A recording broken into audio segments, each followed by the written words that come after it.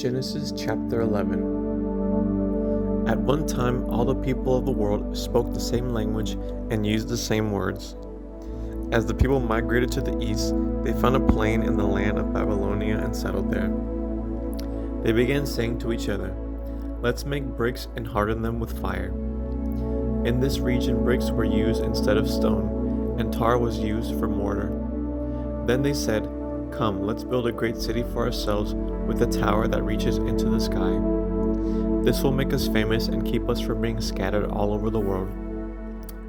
But the Lord came down to look at the city and the tower the people were building. "Look," he said, "the people are united and they all speak the same language. After this, nothing they set out to do will be impossible for them. Come, let's go down and confuse the people with different languages. Then they won't be able to understand each other." In that way, the Lord scattered them all over the world, and they stopped building the city. That is why the city was called Babel, because that is where the Lord confused the people with different languages. In this way, he scattered them all over the world. This is the account of Shem's family. 2 years after the great flood, when Shem was 100 years old, he became the father of Arphaxad. After the birth of Arphaxad, Shem lived another 500 years and had other sons and daughters.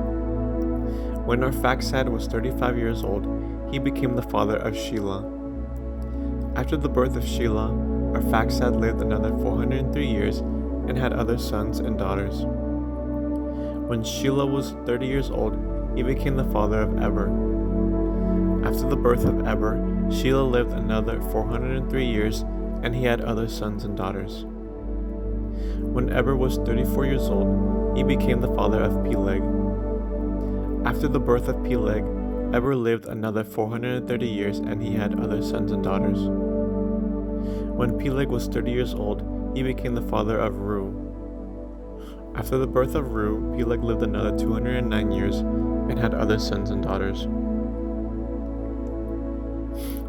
When Reu was 32 years old, he became the father of Serug. After the birth of Serug, Reu lived another 207 years, and he had other sons and daughters. When Serug was 30 years old, he became the father of Nahor. After the birth of Nahor, Serug lived another 200 years, and he had other sons and daughters. When Nahor was 29 years old, he became the father of Terah. After the birth of Terah, Nahor lived another 119 years, and he had other sons and daughters.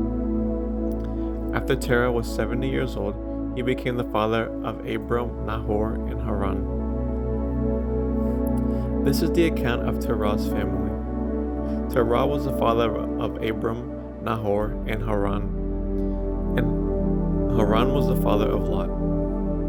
But Haran died in Ur of the Chaldeans, the land of his birth, while his father Terah was still living. Meanwhile, Abram and Nahor both married.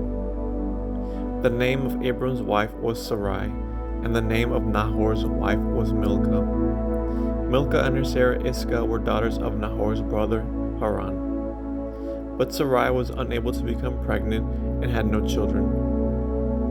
One day Terah took his son Abram, his daughter-in-law Sarai, his son Abram's wife, and his grandson Lot, his son Haran's wife, and moved away from Ur of the Chaldeans.